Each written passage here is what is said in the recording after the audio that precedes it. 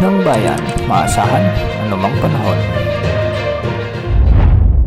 Magandang oras po sa ating lahat. Narito na ang update kay Bagyong Leon at sa magiging lagay ng panahon ngayong araw ng Miyerkules, October 30, 2024. Sa kasalukuyan ay papalapit na sa Super Typhoon category si Bagyong Leon habang patuloy na lumalapit sa extreme northern Luzon. Kung makikita natin sa ating satellite animations ay napakalawak ng kalapang sakop nito, kaya nahahagip na nito ang malaking bahagi ng Luzon at ilang bahagi ng Visayas.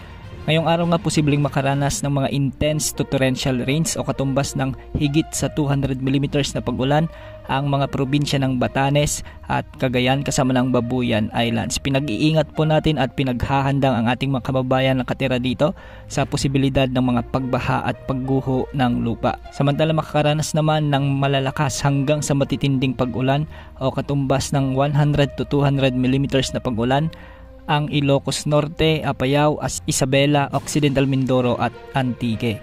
Ngayong araw ay posible ring makaranas ng 50 to 100 mm na pag-ulan o katumbas ng katamtaman hanggang sa malalakas na pag-ulan ang Ilocos Region, Abra, Kalinga, Calamian Islands, sa may Romblon, Negros Occidental at Aklan. Ang mga lugar na ito ay pinapayuhang mag-ingat rin at maging alerto sa mga posibilidad ng mga biglang pagbaha o pagguho ng lupa. Bukas, araw ng Huwebes, habang patuloy na lumalapit sa kalupaan ng extreme northern Luzon si Bagyong Leon, inaasahang mas makararanas pa ng mas matitinding pag-ulan o intense to torrential rains ang Batanes, Cagayan, kasama ng Babuyan Islands at ang Occidental Mindoro. Makikita nga natin sa ating satellite animations na ang bahagi ng Occidental Mindoro ay makakatanggap ng mga malalakas na pag-ulan. Pinag-iingat po natin ang ating mga kababayan dyan, lalo na yung mga nadaanan ni dating Bagyong Christine dahil posible muli na makaranas ng mga malalakas na pag-ulan ang maraming lugar dito.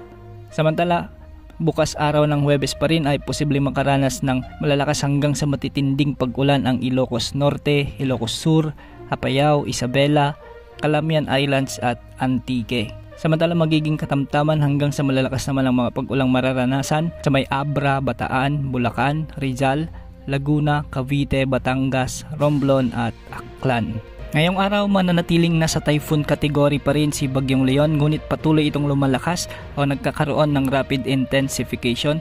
Ngunit bukas posibleng ito ay maabot na ang super typhoon category habang nalalapit nito ang bahagi ng Batanes area. Kung hindi man bahagyang bababa ang track nito, posibleng dediretso ito sa bahagi ng Taiwan at maglalandfall sa bahagi ng eastern coast ng Taiwan. Posibleng lumabas ito ng ating area of responsibility sa araw ng Biyernes. Sa nalalabing bahagi ng ating bansa ay makakaranas naman ng maulap hanggang sa may mga kalat-kalat na pag-ulan, dulot naman ng trough o extension ni Bagyong Leon at ng mga localized thunderstorms.